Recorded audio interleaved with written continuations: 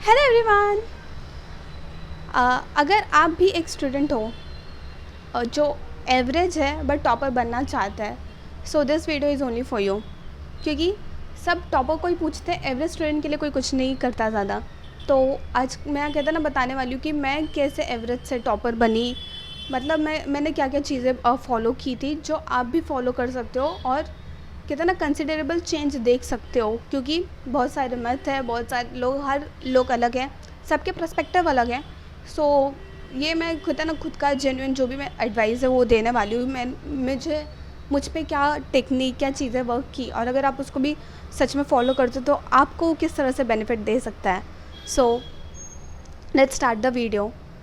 तो एक तो okay, first part video is about social media पे आपने बहुत सुना होगा कि 5 बजे उठो, 10-12 घंटे पढ़ो एंड हर चैप्टर को कंप्लीट करो। बट ये प्रैक्टिकली पॉसिबल नहीं होता है एवरेज स्टूडेंट के लिए, क्योंकि every day is not just like a same day.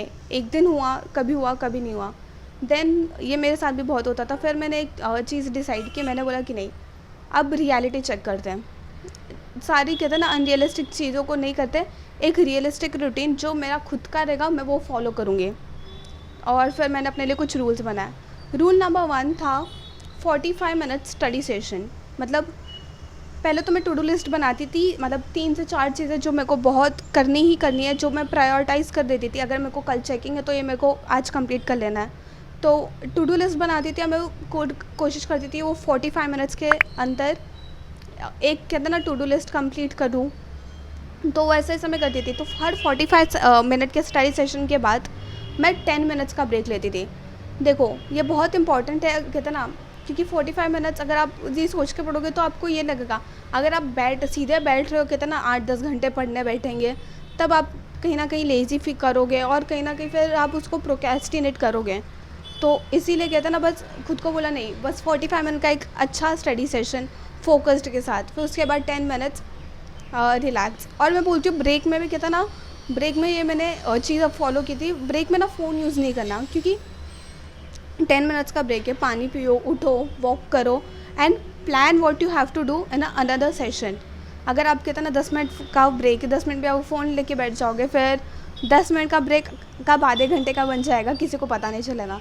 तो after every 45 minute study session 10 minutes का ब्रेक, ये मैंने लिया। And I tried this for the 7 days।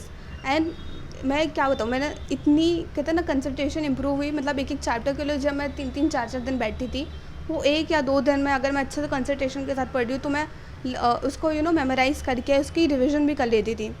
तो इससे बहुत हेल्प हुआ मुझे। ओके, तो ये थी अपना part rule number 1, 45 minute study session. Rule number 2 is perfect notes बनाना बंद।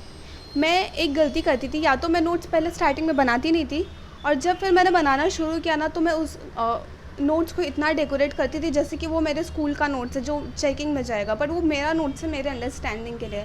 तब मैंने सोचा कि नहीं, बस डेकोरेट करना बंद, अच्छे से ब्यूटीफुल नोट्स बनाना बंद, इम्पॉर्टेंट पॉइंट बच। बिकॉज एग्ज़ाम ना आपका कंसेप्ट देखता है, आपका कहता है ना टैलेंट चेक करता है, how beautiful you present it. It does matter, presentation it does matter in exam, but उसके पीछे आप अपना ज़्यादा टाइम वेस्ट करो तो उससे अच्छा आप अपना कंसेप्ट क्लियर करने में लगाओ। तो मैंने भी वो चीज़ फॉलो की। तो एक तो टाइम काफ़ी बचने लगा, और ऊपर से कहता ना फट कहता ना नोट्स बनने लगे। एंड 10-15 मिनट के बाद आप कहते ना 10-15 मिनट में आपने जो नोट्स बना तो आप इजीली उसको रिवाइज़ कर सकते हो। अगर आप अच्छे से उसको बनाने में लग गए तो फिर ना ही आपका नोट्स कभी कंप्लीट होगा और ना ही चैप्टर। ठीक है। और तीसरी चीज़, रूल नंबर 3 विच इज़, हर सेशन के बाद मैं अपने आप को पूछती थी like, is that a useful session for me. क्या मैंने मैंने क्या, अगर मैं पढ़ रही हूँ, मैंने कुछ मेमोराइज़ किया तो कितना मेरे को याद है, कितना समझा, या मैं कुछ भी देख रही हूँ कंसेप्ट समझा कि नहीं। तो इससे ना मेरी रिविज़न हाफ़ हो गई। क्योंकि मेरे को कॉन्फिडेंस नहीं आता ना, हमको कई बार हम देखते हैं पर टेस्ट भी करते हैं पर ऐसा लगता है कि हुआ नहीं है ये वो। तो मेरे साथ भी होता था, पर मैंने बोला नहीं, मैं आँख बंद करके खुद को बोलती थी नहीं, हुआ है, तो मैं जो भी कंसेप्ट मैंने पढ़ा है मैं अपने आप को एक्सप्लेन करने की कोशिश करती थी, ये वो फिर पता चला कि अच्छा ठीक है, ये इतना इतना मेरे को आता है, इतना नहीं आता है। इससे ना रिविज़न पता चला, तो रिविज़न में ज़्यादा टाइम वेस्ट नहीं होता था। जो नहीं आता सिर्फ मैं उस पे करती थी। तो ये सारी चीज़ें अगर मैं 7 डेज़ तक मैंने फॉलो किया, और बिलीव नहीं करोगे, मैं इतना चेंजेस देखने को मिला मेरे को अपने अंदर। सो यस, और अगर आप भी एक एवरेज स्टूडेंट हो, टॉपर बनना चाहते हो, क्योंकि टॉपर बनना ज़रूरी नहीं है, कंसिस्टेंट बनना ज़रूरी है। तो अगर आप भी अभी एक एवरेज स्टूडेंट हो बट टॉपर बनना चाहते हो, तो प्लीज़ कमेंट सेक्शन में लिखो एवरेज बट इम्प्रूविंग। सो ये वीडियो आप सबके लिए था, and I hope you like the video. और प्लीज़ देखो पूरा, कमेंट सेक्शन में लिख देना कि कितना यूज़फुल था, नहीं था, रिलेटेबल था कि नहीं। तो ये सब लिखना, और चैनल को सब्सक्राइब करो, क्योंकि ऐसे बहुत सारे इंपॉर्टेंट वीडियोस आपके लिए हर हफ्ते आते हैं। So do subscribe my channel without further delay. Till then, keep growing and follow Grade Up with Radhika. I'll meet you in the next video. Bye.